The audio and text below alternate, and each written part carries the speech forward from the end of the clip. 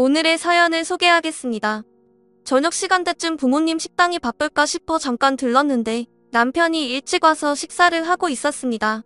그 모습에 제가 놀란 채 물었어요. 여보, 언제 퇴근했어?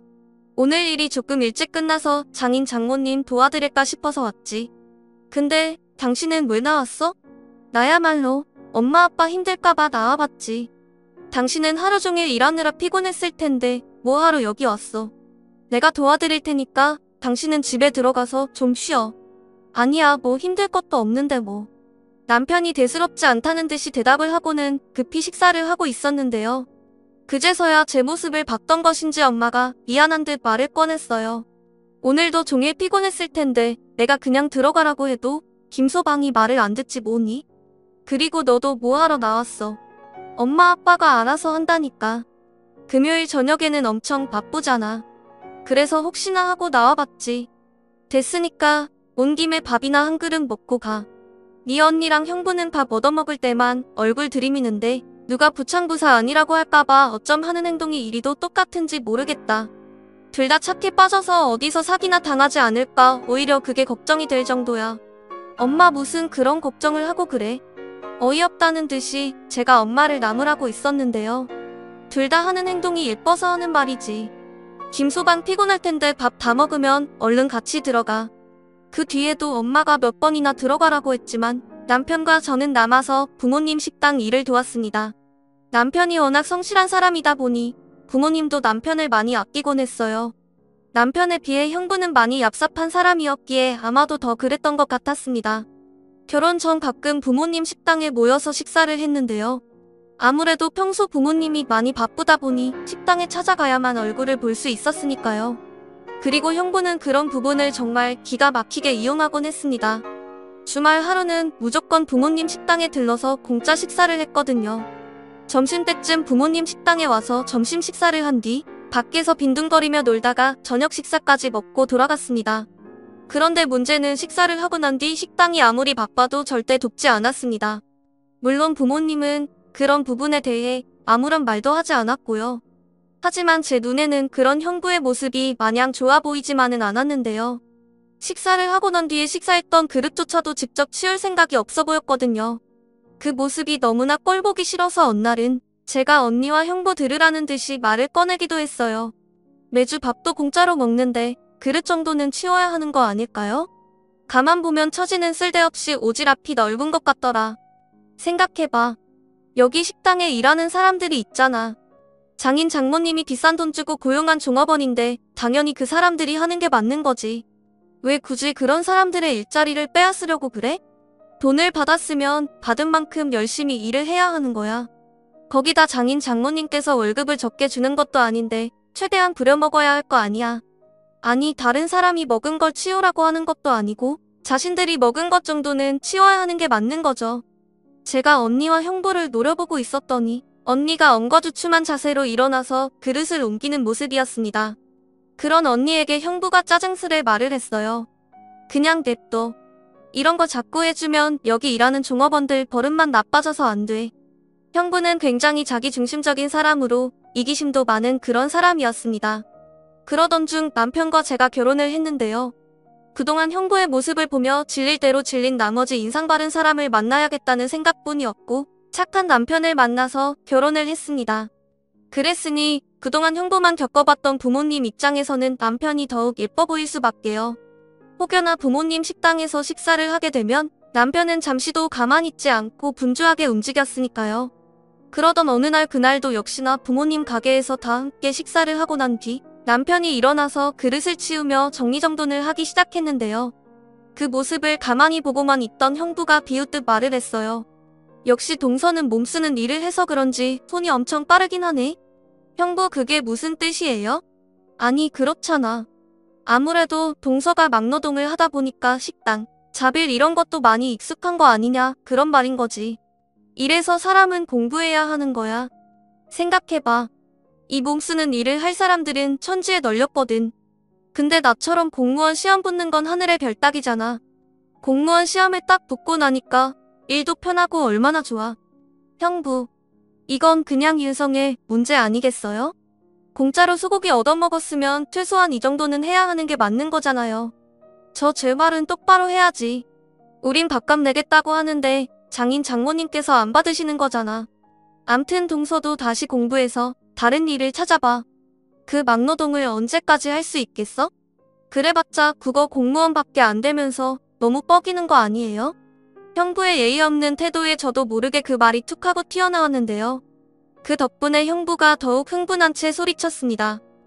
제가 공무원 시험을 본 적이 없어서 잘 모르나 본데 이게 얼마나 힘든 일인지 알기나 해? 근데 그런 식으로 말을 하면 안 되는 거지. 제 친구는 한 2년 하니까 체육학 공무원 붙던데요. 근데 형부는 4년 동안 준비하다가 안 돼서 9급 시험으로 바꿔서 본 거잖아요. 그래도 9급은 한 번에 붙었잖아. 형부가 자리에서 벌떡 일어난 채 제게 소리를 질렀고 아빠가 우리 둘을 말렸습니다. 됐어. 둘 다 그만해. 지금 뭐 하는 거야? 너는 형부한테 사과하고 자네도 둘째 사이한테 말 조심하게 나. 우리 둘째 사이 직업이 어떻다고 허구 헛날 걸고 넘어지고 난리야. 얼른 사과하게. 아빠의 말에 형부가 남편에게 억지로 사과를 하고는 식당을 나서고 있었습니다. 형부의 뒷모습을 노려보던 엄마가 조용히 중얼거렸고요. 암튼 하는 짓만 다 밉상이야. 말 조심해. 그러다 들으면 어쩌려고 그래. 내가 뭐 틀린 말했어? 그까짓 9급 공무원이 뭐라고 저러는 건지 내가 다 창피하다니까. 사실 우리 첫째 딸은 9급 한 1년 하고 붙었잖아. 7급이 아무리 어렵다고 해도 몇 년씩 해도 안 되는 건 본인도 딱히 내세울 것도 없다는 건데 왜 저러는 건지 당초 모르겠다니까. 엄마는 유난히도 형부를 마음에 들어하지 않는 모습이었어요. 물론 아빠도 마찬가지였고요. 문득 남편이 첫 인사를 오던 날이 생각나네요. 유난히도 다부진 남편의 모습을 보고 아빠가 물었어요. 딱 보니 엄청 부지런한 사람 같아 보이는구먼. 아빠가 그걸 어떻게 알았어? 이 사람 진짜 부지런하거든. 그런 부분이 아빠랑 많이 비슷하더라고. 조금이라도 아빠 눈에 들게 하기 위해 제가 아부까지 하고 있었는데요. 남편이 하는 일을 부모님이 못마땅해 하진 않을까 걱정이 태산이었거든요. 잠시 후 아빠가 남편에게 다시 물었어요. 혹시 하는 일이 뭔가? 그러니까 직업 말일세. 네, 저는 현재 장판 시공일을 하고 있습니다. 남편이 씩씩하게 대답을 하고 있었지만 역시나 부모님이 많이 놀란 듯 해보였는데요. 아빠가 궁금한 듯 다시 질문을 했습니다. 저기 내가 궁금해서 그런데 젊은 사람이 장판 시공일을 어떻게 하게 된 건가? 대학 다닐 때 친하게 지내던 친구 아버지께서 장판 시공일을 하다 보니까 방학 때마다 친구 아버지를 따라서 아르바이트를 하면서 꽤 괜찮은 직업이라고 생각을 했습니다. 그래도 요즘 젊은 사람들은 그런 힘든 일 안 하려고 하던데 힘들거나 그렇진 않았고, 그리고 집안에서 반대는 없었나? 부모 입장에서는 대학까지 나온 아들이 그런 일을 한다고 하면 달가워하지만 않았을 텐데 아버님 말씀처럼 부모님이 딱히 좋아하지는 않았습니다.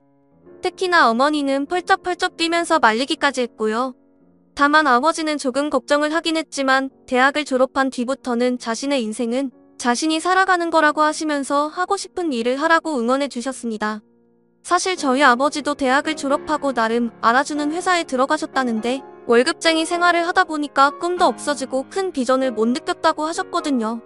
젊을 때 많은 경험을 해보는 것도 나쁘지 않을 것 같다고 하시면서 응원해 주셨습니다. 남편이 사실 그대로를 정직하게 바라는 모습에 아빠의 입가에 미소가 가득했는데요. 요즘은 자식들을 많이 낳지 않아서 자식들 일을 사사건건 참견하고 그러는 부모도 참 많은데 자네 말 들어보니 아버님께서 참 현명하신 분 같구만. 제게 있어 아버지는 나침반과 같은 존재였습니다. 그래서 아버지 말에 더 큰 힘을 얻었던 것 같습니다. 하지만 혹시나 제 직업이 마음에 들지 않는다고 하신다면 직업을 바꿀 생각도 있습니다. 아닐세. 자네가 좋은 과정에서 잘 큰 것 같아서 난 오히려 자네가 마음에 드는구만.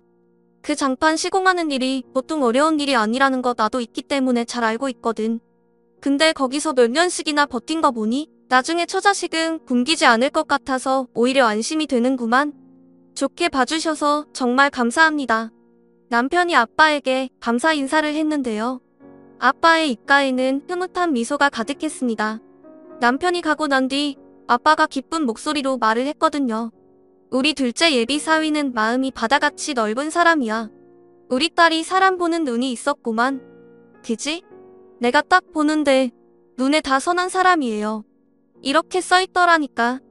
거기다 자존감도 무지 높아서 뭐 꼬인 것도 없는 사람이야. 내가 이런 말 하기 좀 그렇긴 한데 형부는 공무원 시험 공부를 너무 오래 해서 그런 건지 어딘지 모르게 뭔가가 많이 꼬인 사람 같아. 아빠가 애써 모른 척하며 헛기침을 하고 있었습니다. 아빠, 근데 진짜 마음에 드는 거야? 난 그 사람이 장판 시공이란다고 해서 혹시나 엄마 아빠가 반대할까봐 많이 걱정했거든.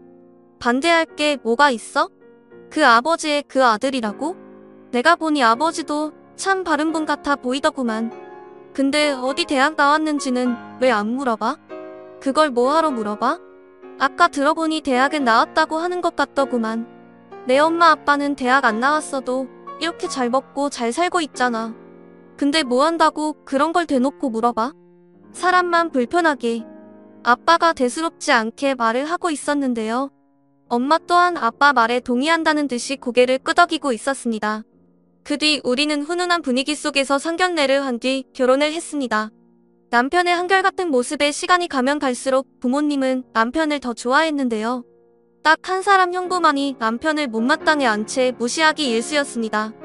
그렇다고 해서 형부가 좋은 대학을 나온 것도 아니었는데 형부는 대놓고 남편을 무시하곤 했습니다. 그 바람에 저와는 허구한 날 말다툼을 했고요. 그날도 형부가 대놓고 남편에게 함부로 말을 했기에 제가 한 소리 했더니 한 달가량을 부모님 식당에 발길도 하지 않는 모습이었어요. 많이 소심한 형부는 화가 나거나 하면 며칠씩 입을 닫은 채 말을 하지 않거나 처가에 발걸음도 하지 않았으니까요. 그러던 어느 날은 아빠 생신을 맞이해서 오랜만에 형부가 모습을 드러냈는데요. 식사를 하는 내내 못마땅한 표정으로 앉아 있었기에 엄마가 언니와 형부에게 차가운 목소리로 말을 했어요. 자네 불편하면 그만 가봐도 되네. 평소에는 싫은 소리 한 번을 하지 않던 엄마가 단호하게 말을 하자 형부도 약간은 당황한 듯 눈치를 보는 모습이었어요. 하지만 이미 기분이 상할 대로 상한 엄마의 표정은 말이 아니었습니다. 잠시 후 식사를 하고 다 같이 앉아서 TV를 보고 있었는데요. TV 프로그램을 고르던 형부가 갑자기 채널을 멈추고는 말했어요. 도전 골든벨하네요. 우리 심심한데 같이 풀어볼까요? 저 프로그램이 고등학교를 찾아다니면서 퀴즈를 푸는 건데 나름 재밌더라고요. 장모님 퀴즈 프로 좋아하시잖아요. 그렇긴 하지. 근데 난 낱말 맞추기 그런 걸 좋아하는 거지. 저렇게 어려운 걸 우리가 어떻게 풀어? 그래도 같이 해봐요. 엄청 재미있을 것 같아요. 동서가 문제 풀기에는 조금 힘들긴 하겠지만 한번 잘 맞춰봐. 역시나 형부가 도발하듯 남편에게 말하고 있었는데 여유로운 표정을 짓던 남편이 조용히 입을 뗐어요. 그럼 그럴까요? 오늘 형님이랑 저랑 시합 한번 해보는 건 어떨까요? 뭐? 동서랑 나랑 시합을 해보자고? 네. 뭐로 할까요? 가족 모두 제주도 여행 가는 비행기 티켓이랑 호텔 비용 내기 어떨까요? 뭐? 제주도? 돈이 꽤 들 텐데 괜찮겠어? 저는 괜찮은데 형님이야 말로 괜찮으시겠어요?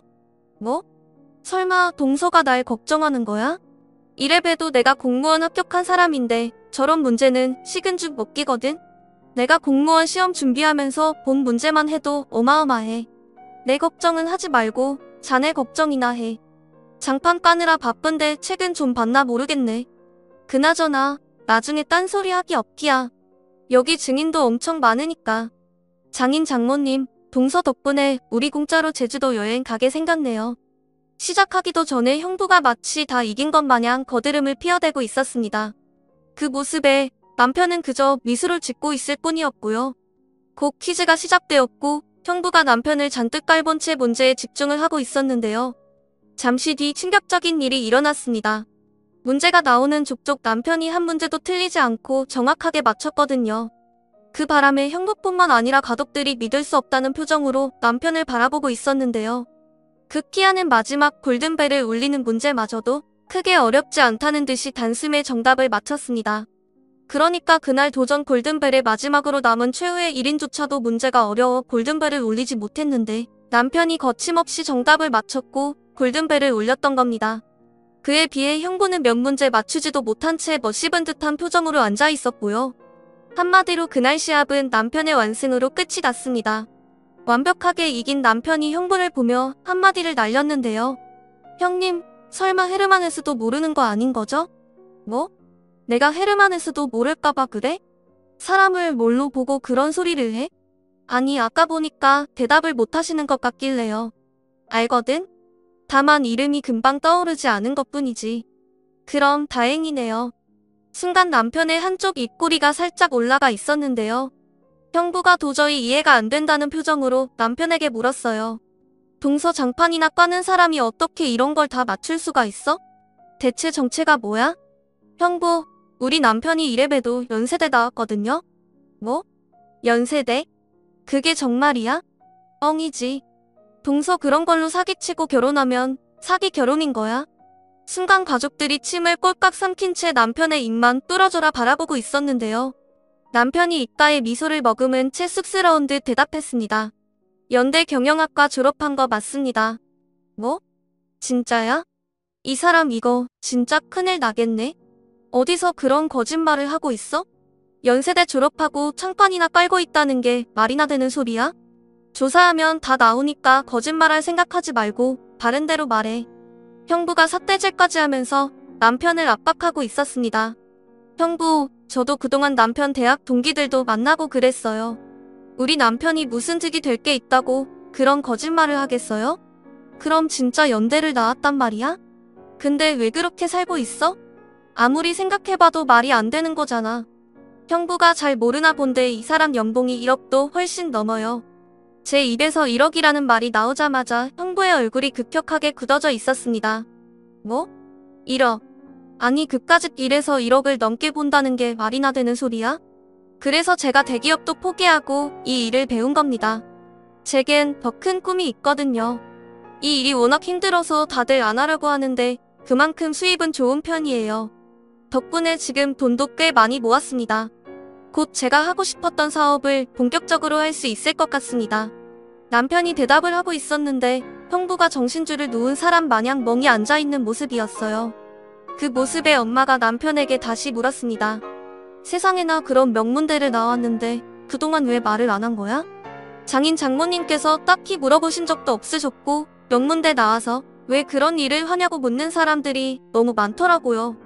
거기다 이상한 시선으로 바라봐서 일부러 말하고 다니진 않습니다. 딱히 자랑할 만한 것도 아니고요. 남편이 대수롭지 않다는 듯이 말을 하고 있었기에 가족들의 얼굴에서 경이로움마저 느껴졌다고 해야 할까요? 특히나 엄마가 한박 웃음을 지은 채 좋아서 어떨 줄을 몰라 하고 있었어요. 어쩐지 우리 둘째 사이 볼 때마다 품위가 느껴지더라니까. 똑똑하기도 한데다가 인성도 발라서 더 그랬던 거구만. 세상에나 공부를 얼마나 많이 했으면 저 많은 문제를 하나도 안 틀리고 다 맞출 수가 있어. 이게 공부도 공부인데 항상 책을 가까이 하는 게 중요한 것 같습니다. 예전부터 부모님께서 책을 많이 읽을 수 있도록 도와주셨거든요. 남편의 말에 다시 한박 웃음을 짓던 엄마가 작정을 한 듯 형부에게 물었어요. 이번 게임은 우리 둘째 사이가 완벽하게 이긴 것 같은데 그럼 자네가 제주도 비행기표랑 호텔 숙박비 내는 거지? 이참에 우리도 시간 내서 제주도 한번 가보자고. 엄마의 말에 형부의 얼굴이 사색이 되어 있었는데요. 평소 친정 가족들에게 돈 쓰는 걸 그렇게나 아까워하던 형부였기에 얼마나 속이 쓰렸을까 하는 생각마저 들었답니다.